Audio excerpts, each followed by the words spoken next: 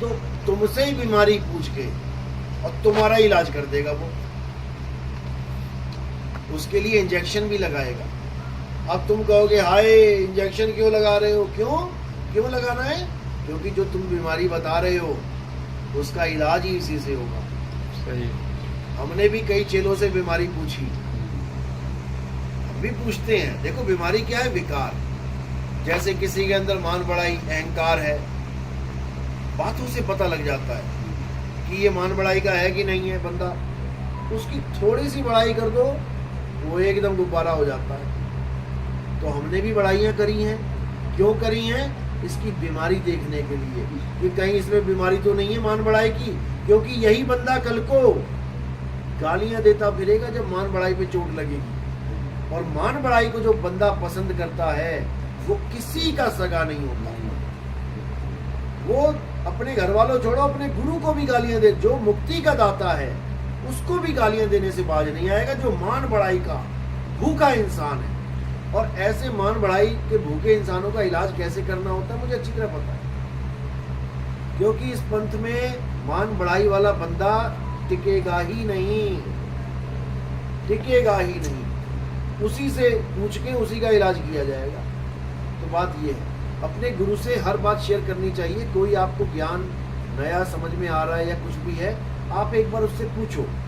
क्योंकि जो गुरु सारी दुनिया का ज्ञान समझ के सत्य ज्ञान समझा रहा है, वो हर चीज को जान रहा है। वो तुम्हारे एक एक गलत काम को भी, गलत कार्य को, गलत कदम को सही करने की हिम्मत रखता है।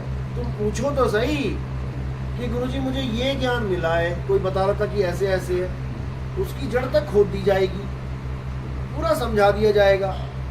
लेकिन पूछो तो सही। अब पूछते नहीं हो, आकर्षित हो जाते हो किसी की बात पे, तो भैया ये गली गली में जादू दिखाने वाले भी आकर्षित कर लेते हैं, ये भी तमाम भीड़ लगवा देते हैं। लेकिन आपको नहीं पता है कि वही तुम्हें ठग भी लेते हैं। जो 1 रुपए को 100 का नोट दिखाता है वही बाद में 1-1 रुपए भीख मांगता है। तो भैया क्या है भीख मांग रहा है? तू 1 के 100, 100 के 1000, 2000 करता रहे ना घर बैठे, क्यों नहीं कर पा रहा है? सही है। जो तुम्हें दिखा रहा है कि 1 रुपए का 2 बना दिया, 2 का 100 बना दिया, तो भैया घर में ही कंपनी खोल ले। 100 को 2000 बनाने वाली तो हमसे क्यों पैसे मांग रहा है? तो इसलिए आकर्षित कोई भी कर लेता है, लेकिन सत्य तो एक है। और जो आपको सत्य बता दिया है वही अटल सत्य है। अगर नहीं यकीन है तो उसका ज्ञान रखो सामने, देख लेते हैं। अगर सत्य ज्ञान होगा नहीं कटेगा। अगर 24 कैरेट सोना है उसमें कोई कमी निकाल नहीं सकता। इस दुनिया का कोई भी सुनार आ जाए कमी निकाल के दिखाए। और जब ज्ञान में कमी होगी, क्योंकि मैंने भी कई भक्तों से बात करी, मैंने कहा ठीक है तुम जिसका ज्ञान सुन रहे हो उससे मेरी बात करा दो। वो कहते नहीं गुरुजी किसी से बात नहीं करते। तुझसे क्यों करते हैं?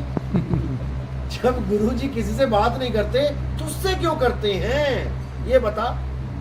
तुझसे इसलिए करते हैं क्योंकि तू मुर्गी फंस गई है जाल में। हमसे नहीं करेगा क्योंकि पता है मारे जाएंगे। 2 मिनट में ज्ञान घटेगा। और अगर ऑडियो वायरल हो गई तो जो मैं जाल बिछा रहा हूँ वो खत्म। इसलिए सबसे बढ़िया फार्मूला क्या बना लिया इन लोगों ने? हम किसी से बात ही नहीं करते। अरे भैया तू बात ही नहीं करता तो तू क्यों नाम दीक्षा दे रहा है लोगों को?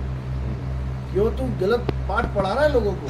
नहीं तो बात कर, पर नहीं करेगा। ऐसे भी लोग हैं। लेकिन वही बात है, देखो जिसकी जैसी बुद्धि है वैसा ज्ञान बोलेगा।